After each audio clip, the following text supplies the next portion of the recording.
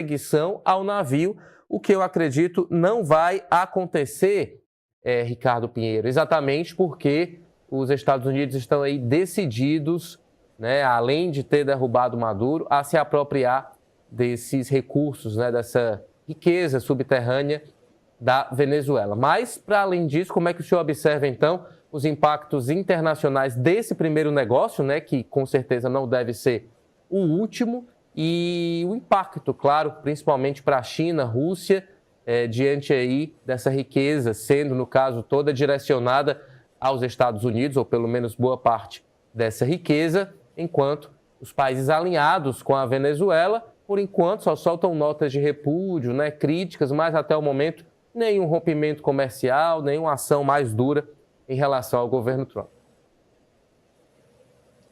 Ok. Em relação a essa questão da Rússia, China, né, e outros países alinhados à Venezuela, o que a gente pode dizer é o seguinte: eles não sentem, hoje o mercado internacional como um todo de petróleo, ele não sente muito o impacto da produção venezuelana, porque ela está justamente muito baixa, né?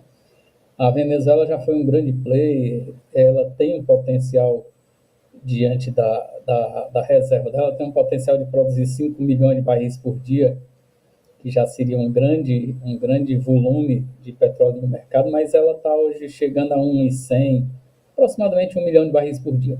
A China e a Rússia compram esse petróleo da Venezuela muito mais por uma questão de relacionamento político e econômico do que mesmo necessidade, uma grande necessidade de adquirir esse petróleo da Venezuela. A Cuba não, Cuba já depende um pouco já depende bem mais, inclusive, do fornecimento de petróleo venezuelano, né? E os Estados Unidos, mesmo eles controlando por enquanto esse mercado, ele não afeta necessariamente a China nem a Rússia. A Rússia tem muito petróleo também. A China, o volume de petróleo que a China compra da Venezuela não chega a 1% da necessidade dela. Ela consegue transferir essa aquisição facilmente para outros mercados. E então não seria uma questão necessariamente econômica, mas muito mais política. Política por quê?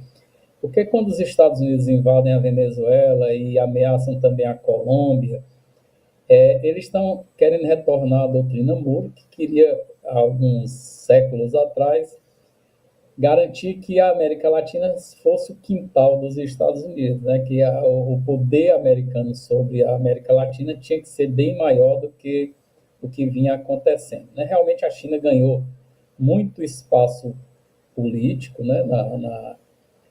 Na América Latina, né? Com o grande porto lá do Peru, com uma série de investimentos, inclusive aqui no Brasil. O Brasil está recebendo muito aporte financeiro da China, e tudo isso acaba, quando essa relação China, Rússia, Brasil começa a se fortalecer, isso acaba arriscando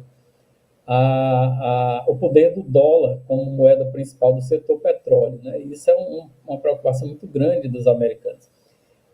Desde 1972 até relativamente próximo, né, em torno de 2022, muito se falou do petrodólar como um dos grandes sustentáculos da economia americana.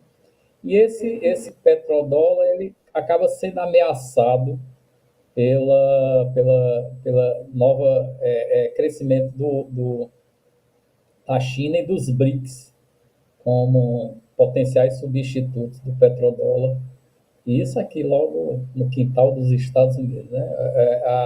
A maior reserva mais próxima que os Estados Unidos têm, fora a dele, mas que é bem menor, só para ter uma referência, a reserva de petróleo venezuelana chega a ser aproximadamente 18% da reserva de petróleo total do mundo. A dos Estados Unidos não chegam a 2%, né? Do Brasil, da China é 1,2%, pelo menos. O Brasil é menos de 1%. Então, a reserva de petróleo venezuelana é muito grande. Então, a questão geopolítica em todo esse problema é muito maior do que a questão econômica.